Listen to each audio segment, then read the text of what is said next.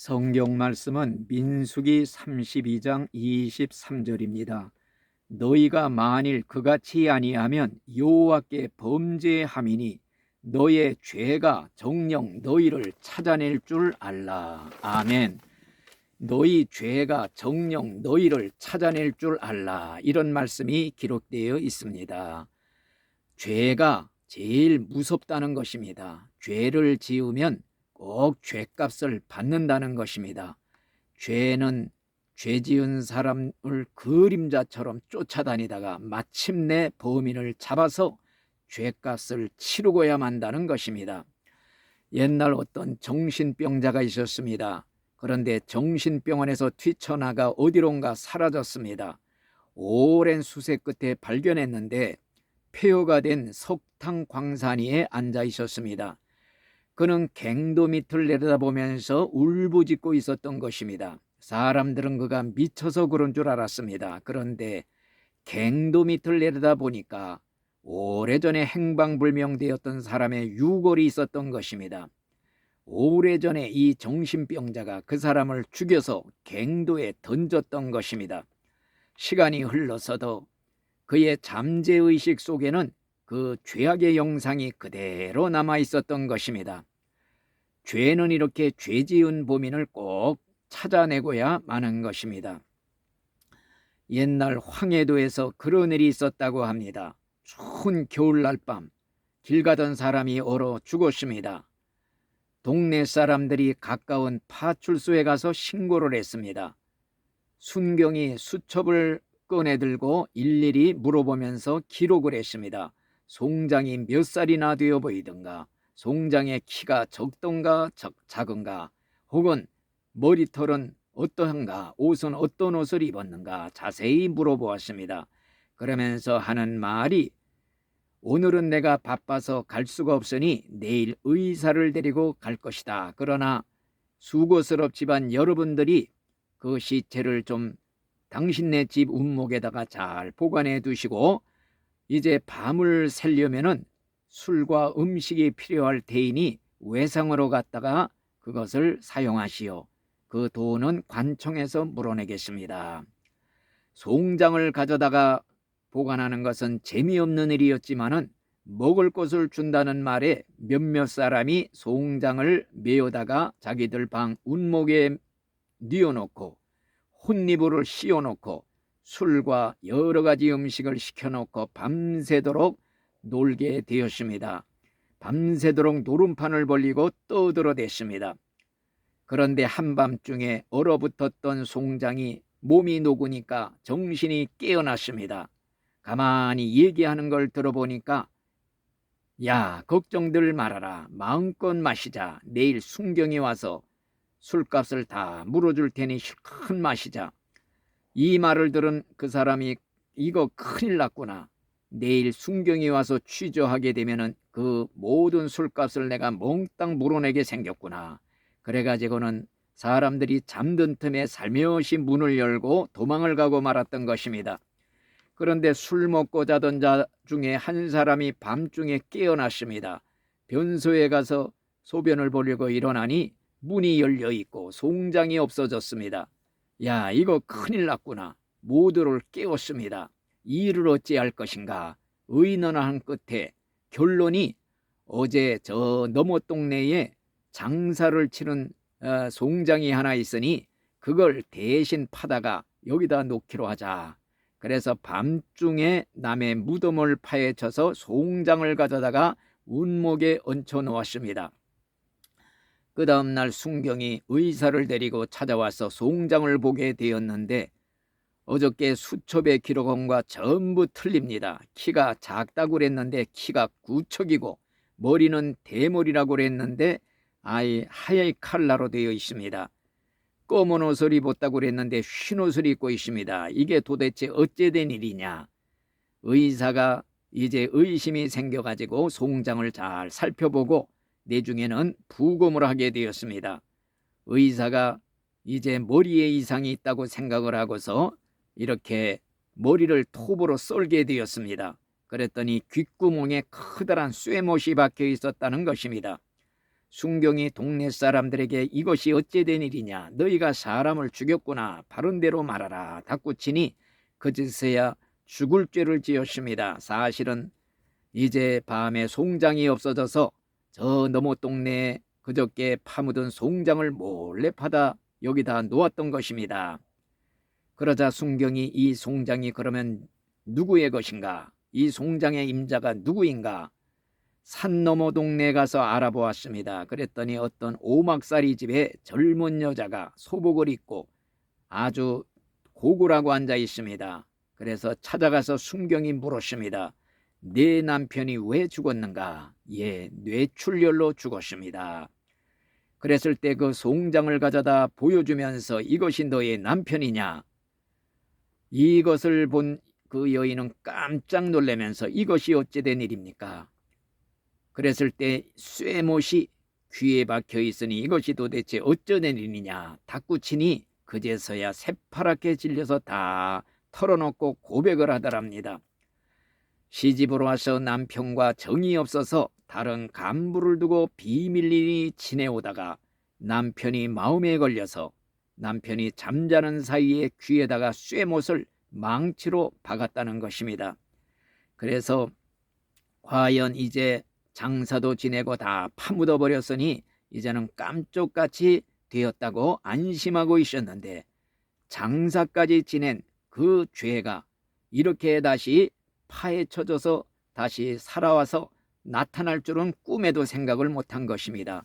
죄가 범인을 잡아낸다는 성경 말씀을 우리가 기억을 해야 될 것입니다. 죄는 아무리 땅에 파묻어도 고개를 들고 소리소리 지르며 튀쳐나올 때가 있다는 것입니다. 그래서 네 죄가 너를 찾아낼 줄 알라. 죄값은 꼭 치르게 되어 있는 것입니다. 그래서 죄의 대가가 얼마나 무서운지, 죄값은 즉시 받기도 하지만은 오랜 세월 후에 죄값을 받기도 합니다. 세상에서 죄값을 받지 않으면은 죽은 후에 내세에서 받게 되어 있는 것입니다. 특별히 예수를 믿지 않는 불신자는 세상에서 물론 죄값을 고묘히 피하고 받지 않을지라도 죽어서 심판대에서 죄값을 치르고 죄값으로 지옥에 가게 되는 것입니다. 그러나 우리 신자들은 어떻게 되는가? 우리 신자들은 죄를 지으면은 죄값을 이 세상에서 다 받고 청산하고 회개한 후에야 천국에 가게 되는 것입니다. 그렇기 때문에 신자는 절대 죄를 지으면 안 됩니다. 왜냐하면 죄값을 치르고 회개를 해야 되고 그리고야 천국에 가게 되는 것입니다. 유명한 다윗 임금의 회개를 우리가 생각해 볼 수가 있는 것입니다. 과연 이 다윗 임금이 하나님 앞에 범죄를 했습니다. 무서운 죄를 지었습니다. 남의 아내를 데려다 간음죄를 지었습니다. 그 남편을 또 전쟁터에 내보내서 적군의 칼에 맞아 죽게 만들었습니다. 살인죄를 지었습니다. 그리고 태연히 지냈습니다. 그랬을 때 하나님은 나단 선지자를 보내서 책망을 했습니다. 하나님은 나단 선지자를 보내서 죄를 지적하고 책망할 때 과연 이 다윗은 거꾸로 져서 통곡하며 회개를 했습니다. 이 다윗에게 나단 선지자가 한 말이 이제 당신은 이 죄 때문에 당신의 집에는 칼이 떠나지 아니할 것이요. 다윗은 눈물로 침상을 적셔가면서 회개를 했습니다. 그래서 죄를 다 용서를 받았습니다. 물론 구원받고 천국에 갔습니다. 그렇지만은 그가 지은 죄값은 세상에서 몽땅 받고 톡톡이 다 죄값을 치르고야 천국에 갔던 것입니다. 그가 받은 죄값이 무엇인가? 첫째로는 그가 불법의 결합을 통해 태어난 어린아기가 시름시름 앓다가 그만이야 죽는 그 고통을 받게 되었습니다. 이것이 죄값에 대한 심판이었습니다. 현세 심판입니다. 또 다윗의 아들 중에 한 왕자가 배다른 공주를 간음죄를 지었습니다. 그러자 그 공주의 친오빠가 그 간음한 왕자를 쳐서 죽였습니다. 또 아들 하나는 반란을 일으켜서 그만 피난길에 오르게 되었습니다. 피난을 가면서 다윗은 이것이 다 나의 죄값이라고 자기가 죄값을 지은 걸 심판받는다는 것을 고백을 했습니다. 특별히 과연 반란을 일으킨 그 아들이 그만이야 죽임을 당했을 때 다윗은 마음이 찢어지는 고통을 당했습니다. 내 아들아, 차라리 내가 대신 죽었어야 할 텐데. 다윗은 회개하고 죄 용서를 받아서 구원은 받았지만은 그의 죄값은 세상에서 다 치르고 다 청산한 후에야 구원받고 천국에 갈 수가 있었던 것입니다. 그렇기 때문에 신자는 절대 죄를 무서워해야 됩니다. 죄를 짓고 그대로 만일 다윗이 회개하지 않았더라면, 그 죄를 그냥 묻고 있었더라면 죄값으로 죽을 때 아마 지옥에 갔을 것입니다. 그러나 하나님은 우리 신자를 구원하시기 위해서 때리십니다. 채찍질하십니다. 그래서 회개시키는 것입니다. 그렇기 때문에 죄를 지으면 손해가 따릅니다. 물질적인 손해, 정신적인 손해, 육신적인 손해, 막대한 손해를 당하고 만신창이가 되어 간신히 회개함으로 죄 용서받고 구원을 받게 되어 있습니다. 그렇기 때문에 우리 신자는 절대 죄를 두려워하고 무서워하고 멀리하고 끊어버려야 되는 것입니다. 죄의 대가가 너무나도 무섭습니다. 그렇기 때문에 우리는 죄가 나를 찾아내서 죄값을 치르게 하기 전에 내가 먼저 죄를 찾아내서 회개함으로써 죄를 다 씻어버리고 덮어버리고 없애버려야 될 것입니다. 죄가 무서운 줄 아는 신자는 정말로 양심의 장부를 펼쳐서 일생 지은 죄 다 낱낱이 정말 이잡듯이 찾아내서 회개함으로써 죄를 씻어버려야 됩니다. 죄를 없애버려야 됩니다. 마치 빗장구에서 빗을 갚아서 빨간 줄로 지우듯이 죄를 하나하나 다 지워버려야 될 것입니다. 그래서 회개가 중요합니다. 천국 가는데 절대 필수 조건이 회개입니다. 회개라는 것은 먼저 자신의 죄를 깨달아야 됩니다. 그 다음에 입으로 고백을 해야 됩니다. 그 다음에는 행동으로 당사자인데 가서 용서를 빌어야 됩니다. 그리고 손해 끼친 것에 대해서는 다 보상을 해야 됩니다. 이런 과정을 거쳐야 참된 회개가 이루어진 것입니다. 부끄러움을 무릅쓰고 회개해야 됩니다.